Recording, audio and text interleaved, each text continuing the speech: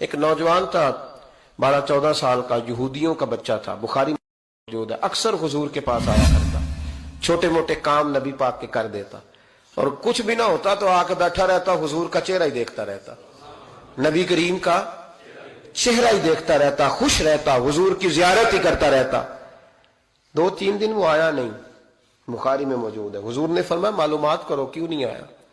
صحابہ نے عرض کی حضور بیمار ہو گیا، بیمار ہو گیا۔ امام زرقانی نے لکھا ہے، فرماتے ہیں وہ بھی اپنے گھر میں نا روز دروازہ دیکھتا رہتا، روز دروازہ دیکھتا رہتا۔ اس کی ماں کہنے لگی بیٹا جن کا تو انتظار کر رہا ہے وہ مشکل سے آئے، ہمارا نہ مذہب کا رشتہ ہے نہ کسی اور کا، کیسے آئے؟ لیکن حضور نے فرمایا چلو چلتے ہیں۔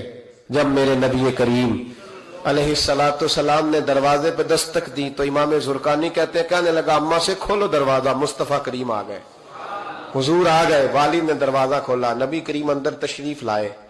نبی پاک کا جو دست مبارک تھا نا وہ کستوری سے زیادہ مہکا کرتا تھا، کستوری سے زیادہ مہکتا، برف سے زیادہ ٹھنڈا ہوتا۔ کہتے ہیں نبی پاک اس کے پاس گئے تو اندر داخل ہوئے تو رونے لگا۔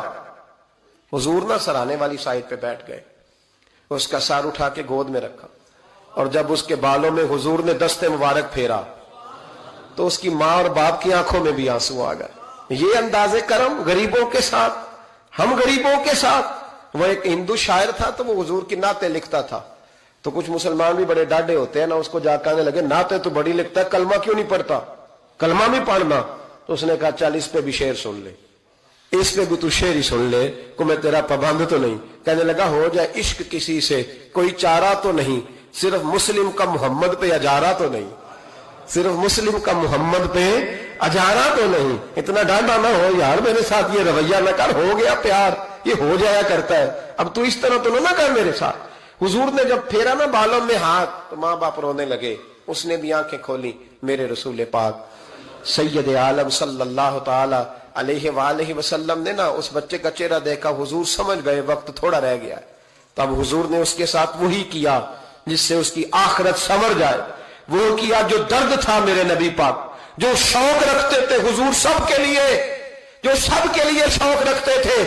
میرے محبوب فرمانے لگے بیٹے کلمہ پڑھ لے، کلمہ۔ حضور کا شوق یہی ہے، یہی شوق ہے لوگ دیندار بن جائیں، کاروبار چمک جائیں، جی مرشد کے پاس گیا تو ریل پیل ہو گئی، یہ شوق ہی نہیں نبی پاک کا۔ حضور کا تو شوق ہے کہ سجدے کا ذوق ہو جائے، عبادت کا شوق بن جائے۔ نبی کریم علیہ السلام نے فرمایا بیٹے کلمہ پڑھو۔ اس بچے نے اپنے ماں باپ کی طرف دیکھا، باپ رو پڑا، کہنے لگا بیٹا آج ثابت ہوا ہے کہ میں نہیں تجھ سے اتنا پیار کرتا جتنا مصطفیٰ کرتے ہیں، تو میری طرف نہ دیکھ، تو پڑھ لے کلمہ، کلمہ پڑھ۔ اس بچے نے کلمہ ابھی پورا پڑھا ہی تھا کہ اس کی روح پرواز کر گئی، مسلمان ہوتے ہی اللہ کی بارگاہ میں حاضر ہو گیا۔ نبی کریم صلی اللہ تعالی وسلم نکلے، آنکھوں میں آنسو تھے، لبوں سے مسکرا رہے تھے، اور حضور فرمانے لگے اللہ کا شکر ہے جس نے میری وجہ سے اسے جہنم سے آزاد کر دیا، کہ دوزخ سے بچ گیا، یہ شکر ہے۔ شکر اس بات کا کرو کہ کوئی ہماری وجہ سے دوزخ سے بچ جائے، دوزخ سے بچ جائے۔ باقی تو سارے کام چلتے ہیں، دنیا داری تو ہوتی ہے، کوئی بندہ جہنم والی سڑک پہ نہ۔ ایک بات اور سنیں اور اس کو نا اپنے دل میں جگہ دیں، نبی پاک علیہ السلام کی جو خواہش تھی نا ہمیشہ سے، وہ یہ تھی کہ لوگ سنوریں، لوگ دین پر عمل کریں۔ ایک گروہ تھا صحابہ کو، ان کو فرمایا کہ فلاں جگہ جہاد کے لیے جانا ہے تو جمعہ وہاں جا کے پڑھنا۔ یہ لوگ جو مفت کے لاڈلے نہیں بن جاتے، فری کے، نہیں جی نہیں میرا عشق نہیں اجازت دے رہا۔ بھئی تو تیرا کس طرح کا عشق ہے؟ تو بات مان کہ نہ ماننا عشق ہے، جی میں لاڈلا ہوتا ہوں، یہ کس طرح کا لاڈلا؟ لاڈلا تو وہ ہوتا ہے جو تابع دار ہوتا ہے، جو ابرو کا اشارہ سمجھتا ہے۔ نبی کریم نے فرمایا صحابہ سے، فرمایا جمعہ وہاں جا کے پڑھنا۔ بہت سارے لوگ چلے گئے تو چند لوگ رہ گئے۔ جمعے کی نماز کے بعد حضور نے پوچھا گئے نہیں؟